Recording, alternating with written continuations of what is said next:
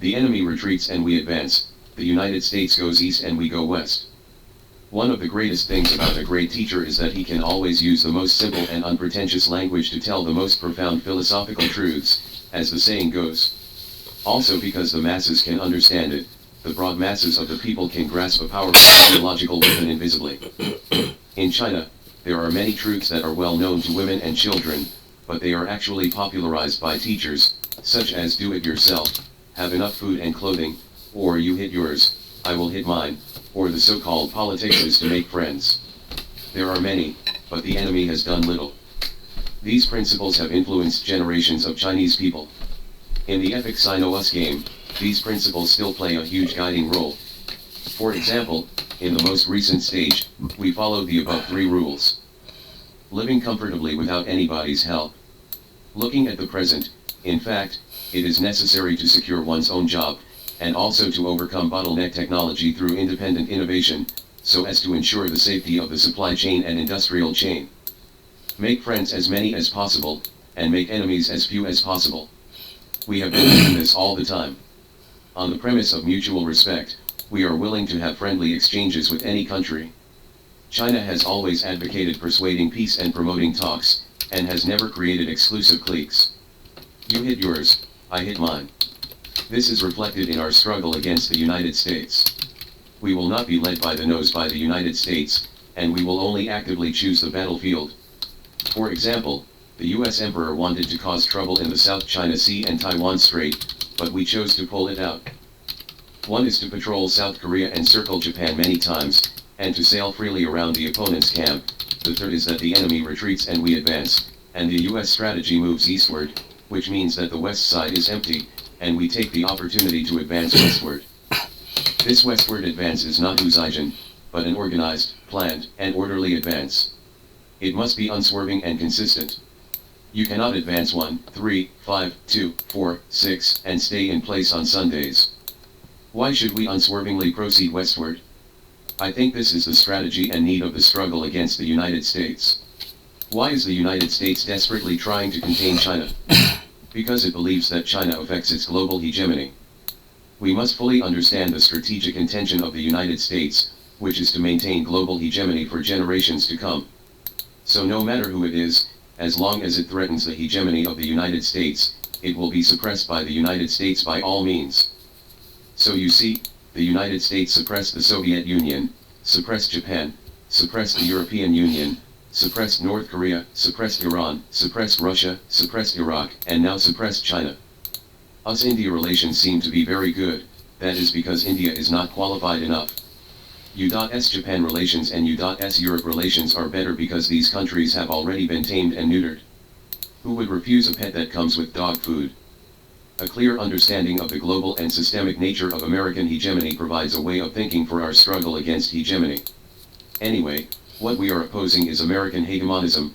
Where is the opposition? Anyway, we want to dismantle the hegemonic system of American imperialism. Where should we start dismantling? The US strategy is moving eastward, gathering Japan, Australia, South Korea, and the Philippines in an attempt to create an anti-China encirclement. We are not stupid, it is impossible to wait to be beaten. As the US moves eastward strategically, its hegemonic power in the Middle East will inevitably be empty, and of course we have to take advantage of it. Our Belt and Road Initiative is a major layout to deal with the return of the United States to the Asia-Pacific and its strategic eastward shift. Going into the new year, we took advantage of the great opportunity to make a major breakthrough in the Middle East and Central Asia. We had a special discussion on the Central Asia Summit, and the results were very fruitful. I want it all. With Central Asia in your arms, you can no longer kill this Chinese dragon. And after Central Asia is West Asia and even the Middle East. Although new energy is in the ascendant and the double carbon target is the general trend, oil is still the blood of the industry. For a long period of time in the future, oil will not only be a reliable energy source, but also an extremely important chemical raw material. Before the realization of nuclear fusion, it can basically be said to be irreplaceable, which also means that the strategic position of the Middle East is irreplaceable. How to disintegrate the hegemony of US imperialism from the Middle East? We have to touch Meidid to cross the river. Back then, in order to disintegrate the colonial hegemony system of Britain and France, The United States actually stood on the opposite side of Britain and France and supported the anti-colonial struggles in Asia, Africa, and Latin America in a high-profile manner. At that time, the United States, in order to build its own hegemony system, also took the path of destroying first and then building. It first dismantled the colonial system of Britain and France, and then built its own hegemony system. We are a peace-loving country, and we will never engage in hegemony. What we are pursuing is a community of shared future for mankind. But before building a community with a shared future for mankind, the US imperialist hegemony system must be dismantled. How to dismantle it? Of course, it is to mobilize the masses of the world, awaken the awareness of independence and self-reliance in all countries, popularize the dangers of hegemony, and help countries draw, a beautiful blueprint and a path to achieve it. 2. Joint Navy, dreamy great reconciliation in the Middle East. In 2023, a series of good news came from the Middle East. First, Saudi Arabia and Iran achieved reconciliation, which in turn led to a major reconciliation in the Middle East. This is not counted, the latest news, Saudi Arabia, Iran, the United Arab Emirates, Oman, Qatar, Iraq, and other countries, want to form a joint navy. I didn't quite believe this news when I first heard it, but Iranian media, Qatari media, French media, German media, and Chinese media all reported it. It also mentions that China has carried out the coordination work. There is also news that India and Pakistan are also interested in joining. Hearing this, my heart is half cold again. If India is involved in this matter, it is likely to be yellow. Moreover, India and Pakistan, as mortal enemies, cannot participate at the same time. I don't think India will be included. First, this matter is China's mediation, and it is unlikely to bring India. Second, the purpose of establishing a joint fleet is to ensure the safety of navigation in the Persian Gulf, and India is an extraterritorial country, so it is possible for Pakistan to join. There is another piece of news that confirms this. On May 31st, the UAE issued a statement stating that it had withdrawn from the U.S.-led Maritime Security Alliance 2 months ago in view of its assessment of effective security cooperation with all partners. So this is no longer a great reconciliation, but a great unity of the people of the Middle East. The hostility in the past is no longer fighting, it is called reconciliation. The formation of the joint navy is already an ally relationship, and all this came a bit. Such a sudden 180-degree turn must have an extraordinary reason. It is definitely not a sudden improvement in the personal awareness of a certain leader, but it may be that they suddenly discovered some unexpected truth. My guess is that Saudi Arabia and Iran reconciled accounts in Beijing, and a lot of things came out of the reconciliation. During May 2019, there were a number of cases of oil tanker attacks in the area near the Strait of Hormuz. Unidentified armed personnel repeatedly attacked oil tankers, and oil tankers in Saudi Arabia, the United Arab Emirates and other countries were all attacked. At that time, both Saudi Arabia and the United Arab Emirates accused Iran of doing it, but Iran denied it, and the relationship between the two sides was tense. It is estimated that the reconciliation has come out now. Maybe it has something to do with the United States or Israel, and then blame Iran. This is Mr. Dan's speculation. Only iron-like facts and truths are the most convincing. And China endorsed both of them, created an opportunity for them to sit together and communicate frankly, and help them realize that their common enemy is actually hegemony. With the help of China, countries in the Middle East have realized that the United States is the source of chaos in the Middle East. Only when countries in the Middle East conquer each other can the United States reap the benefits. Only when the Middle East is in chaos can the US imperialists hang on, and all countries must hold on to the US thought. Of course, the desire for peace in the countries of the Middle East is just what they need. For example, Saudi Arabia, with the help of Sheikh Zayed, realized the general trend of world development and the potential crisis in Saudi Arabia. With the help of Sheikh Zayed, it also drew a grand blueprint, Saudi Vision 2030. For all these beautiful blueprints, the biggest threat is actually US imperialism. The US imperialists have been teasing Salman with the matter of Secretary Kazakhstan, bossing around and even threatening Saudi Arabia. Little Salman is not easy to deal with, and he will not easily bow to the US emperor. Young Salman is young and promising, with lofty aspirations and proficient use of various means. In time, he will surely become a new generation of all-powerful figures in the Middle East. I am very pleased that our country has seen this and has made Saudi Arabia the key target of diplomacy in the new era. And Salman Jr. also realized that if he wants to deal with hegemony and realize his grand blueprint, he must also find reliable friends. Against the backdrop of major changes unseen in a century, China is almost the only force worth relying on. To put it simply, Saudi Vision 2030, such a grand infrastructure project, can only be a mirage without China's participation. Such a large investment requires a peaceful environment, and a peaceful environment requires a strong national defense. Although Saudi Arabia has money, no core technology, it is impossible to do it yourself, and it will never be possible to do it yourself. Buy from the US imperialists, but the US imperialists refuse to sell them, such as guided missile destroyers. When the relationship between the United States and Saudi Arabia was good, Saudi Arabia expressed its desire to buy F-35 at a reasonable price, but was rejected by the United States because the United States cared more about Israel. In 2011, Saudi Arabia also wanted to buy 2 Arleigh Burke destroyers from the United States. The price was easy to negotiate because there was plenty of money. Let's not try to speculate about the life of the rich. We think that the life of the rich is to enjoy the freedom of swiping credit cards, that is, every time you go shopping, you can still swiping tens of thousands of cards and still not being able to make full use of them.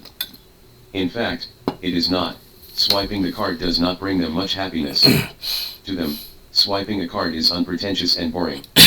On the contrary, they will feel great pain because some items cannot be purchased with a swipe card. For example, Arleigh Burke class destroyers are not sold by the US Emperor.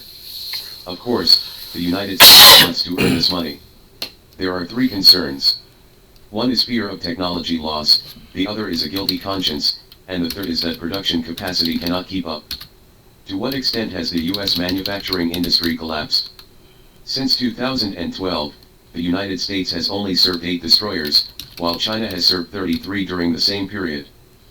After the Khashoggi case, the United States was kidnapped by the White Left group in its own country, and the relationship between the United States and Saudi Arabia took a sharp turn for the worse. Little Salman turned his attention to the east, and the United States came to his senses and expressed his willingness to sell F-35, but Saudi Arabia didn't want it. According to the latest statement, Saudi Arabia may want to buy our foreign trade version J-10C and 052D. It is said that 052D alone will buy 12 ships. Dan Zone didn't believe it at first, although Saudi Arabia was rich, it wouldn't buy so much all at once. But now I have a little faith.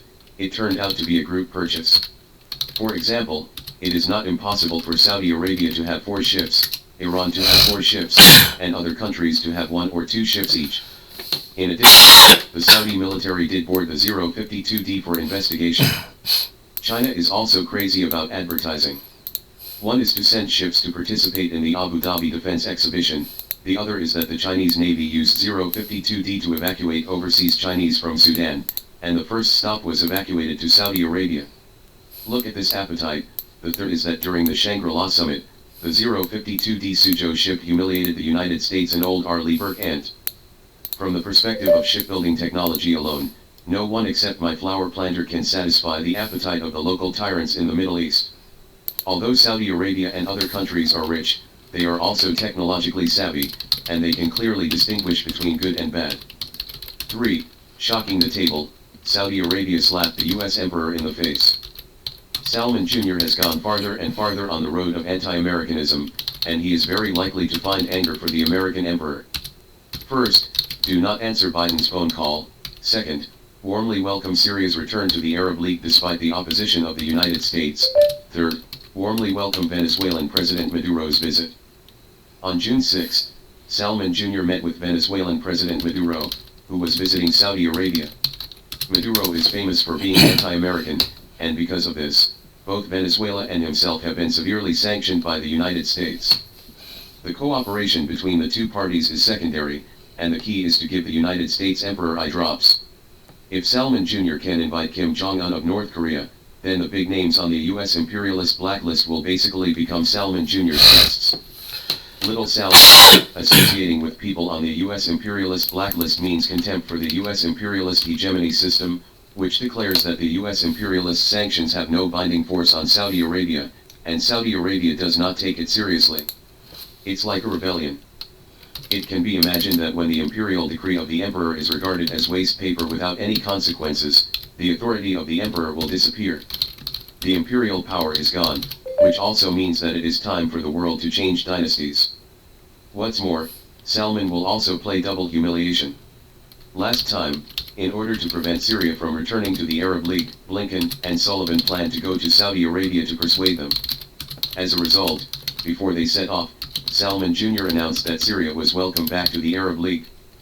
This arrangement of the young Salman is equivalent to a public slap in the face. Blinken protested and was forced to postpone his visit to Saudi Arabia. When was it delayed?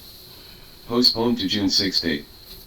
As a result, on the day Blinken arrived in Saudi Arabia, Salman Jr. cordially received the top few figures on the U.S. blacklist Venezuelan President Maduro. The atmosphere was warm and friendly, and both sides were smiling. Scheduled for the same day, it's disgusting enough for America. The problem is that little Salman didn't give Blinken a good face at all. Of course, the atmosphere can't be good, because Blinken raised which pot he didn't open, and raised the issue of human rights. I'm just wondering, is this how the United States engages in vertical and horizontal alliances? I even doubt whether Blinken is an underground party member, and I am afraid that the relationship between Saudi and Rabbit is not close enough. To be honest, I was worried that a few chainsaw experts would rush out of the meeting. Moreover, the little Salman also learned badly from Vietnam, and there was no American flag at the venue.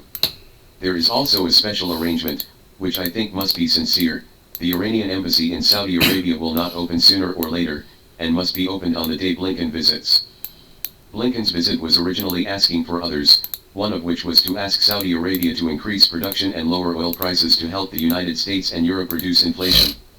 As a result, little Salman came directly to a meeting ceremony announcing a production cut of 1 million barrels. I can see that the little Salman has unique skills and knows how to anger the US Emperor, and he only pokes the lungs of the US Emperor. The post-80s who are the best in the Middle East are not ordinary. Under the changing situation of a century, it is very likely that they will take advantage of the east wind to completely tear down the pillar of US imperialism in the Middle East. However, I am also worried.